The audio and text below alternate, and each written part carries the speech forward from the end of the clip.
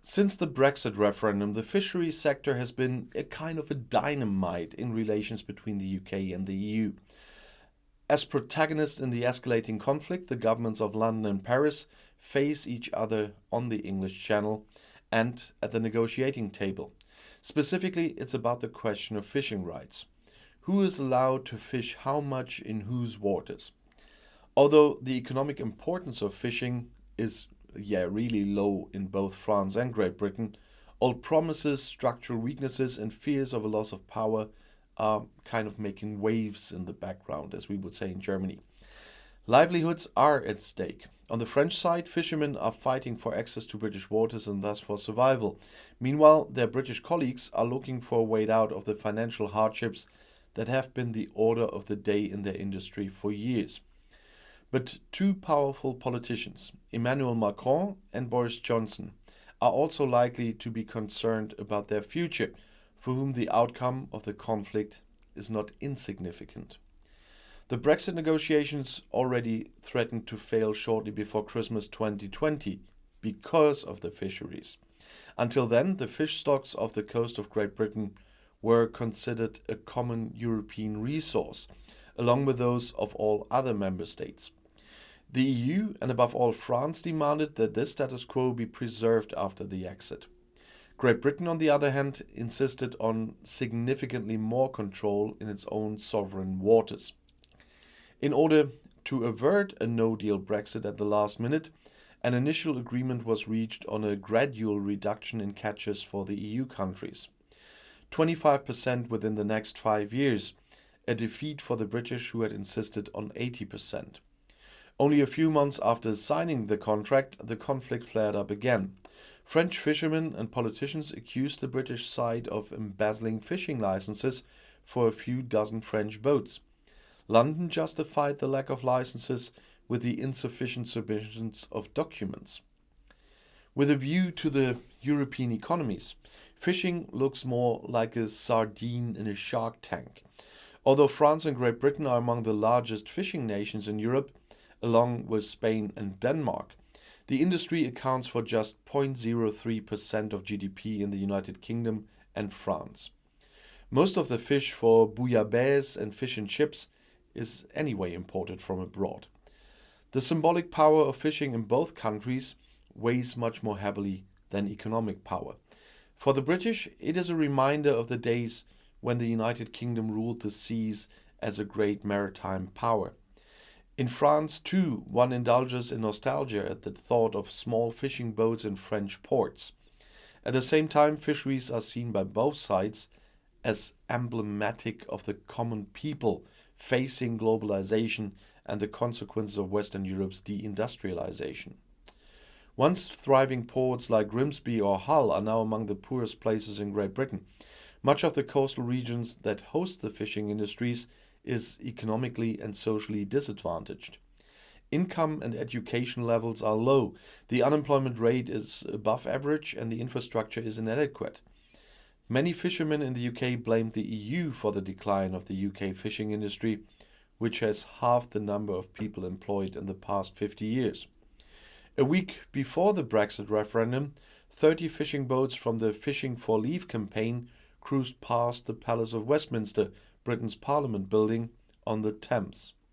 They demanded the restoration of the sovereignty of Parliament and the people, and with it the return of the waters to national control.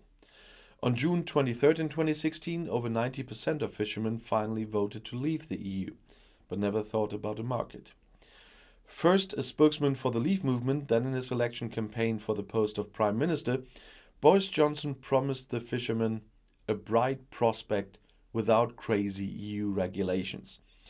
In the Brexit negotiations, the dependence of many European countries on British fish stocks was seen as an opportunity to set the tone. Many fishermen in Britain feel betrayed by the final result. Hardly any change in catch quotas and increased transaction costs with EU partners mean that many are now even worse off than before Brexit.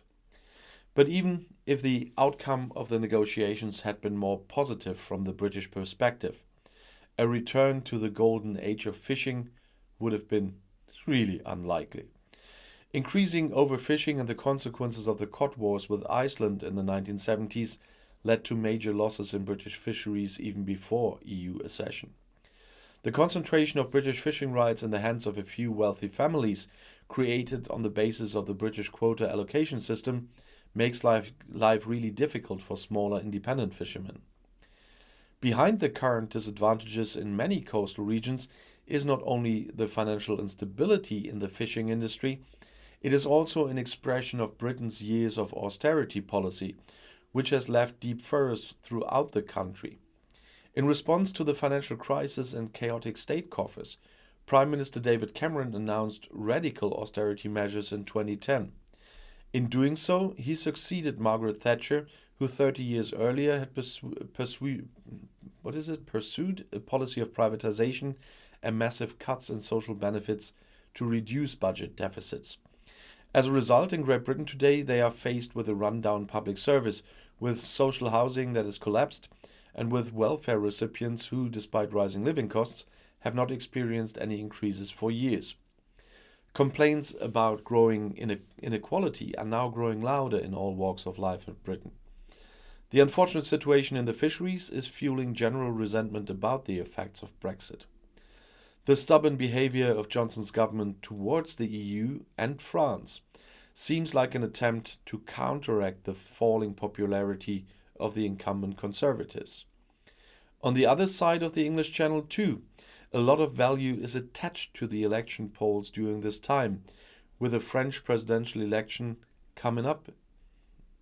And the greatest competition for incumbent President Emmanuel Macron comes from the right-wing extremist and Eurosceptic Marine Le Pen and the even more right-wing Eric Zemmour.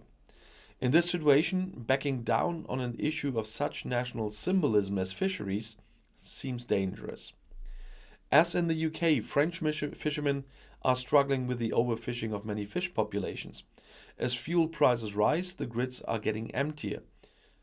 For